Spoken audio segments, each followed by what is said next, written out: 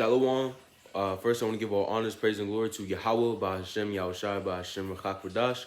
Double honors into the elders, apostles, and bishops at GMS Great Millstone who help me sharpen my iron in His truth. And shalom to you, hopefully, like Akim out there who push this truth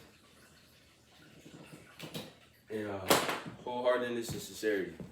I'm doing a video because this person want to debate me about the Romans, the 7th chapter, you know?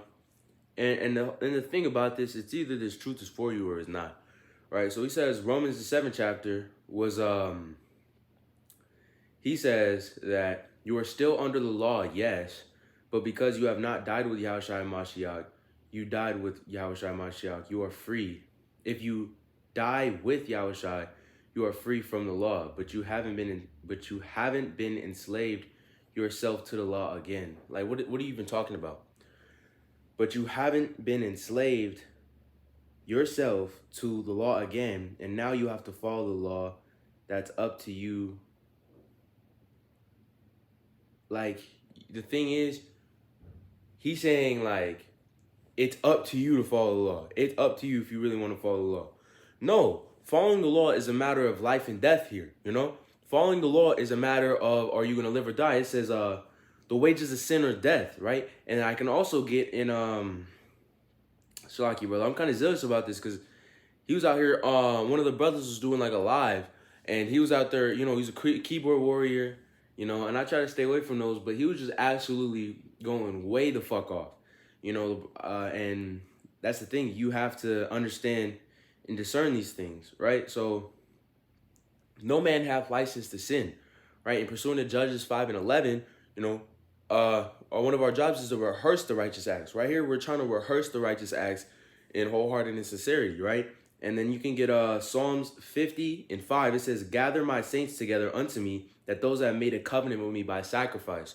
Those that made a covenant with me by sacrifice. You know, that's a part of counting your costs. When you come into this truth, you count your costs, and you kind of gotta understand what it is that we're coming. Because I believe it's in the Apocrypha. It might be Esdras, the second Esdras. I believe it's 7. It says the condition of the battle. This is the condition of the battle, fighting in the flesh, you know?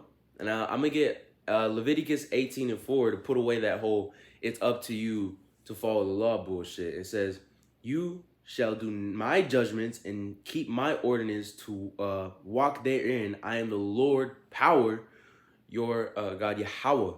You know, that's not like a up to you type of statement. That says, you shall do my judgments and keep my ordinances. You shall do these things and keep them. That's what he's saying. You shall do them and you shall keep them. That's not an option. That's not some shit that you could just like kind of thing that you could work around. No, it's either you follow the law or it is death, you know? All right, and that's the whole thing about it. Let me get as well, I'm gonna get 2 Peter 2:4. I think this will fly over his head too. It says, for if the Most High spare not the angels that sin, right? Because the angels, they don't transgress the law. They do the Lord's will. If the angels do the Lord's will, let me get Sirach 18:3. It says, who govern the world with the palm of his hand, in all things obey his will, for he is the king of all, by his power dividing holy things among them for profane. So if the things are all subject to the Lord's will, that's his angels, and the angels do the will of the Most High, how are the angels transgressing the law? The angels aren't in the flesh. You know, angels may walk among us, as scripture says, but they're not in the flesh. They're different than us. This flesh that we're in is completely different, you know? So that's the spiritual reference to the Israelites that go and transgress the law. It says, the Most High spare not the angels, but cast them down to hell.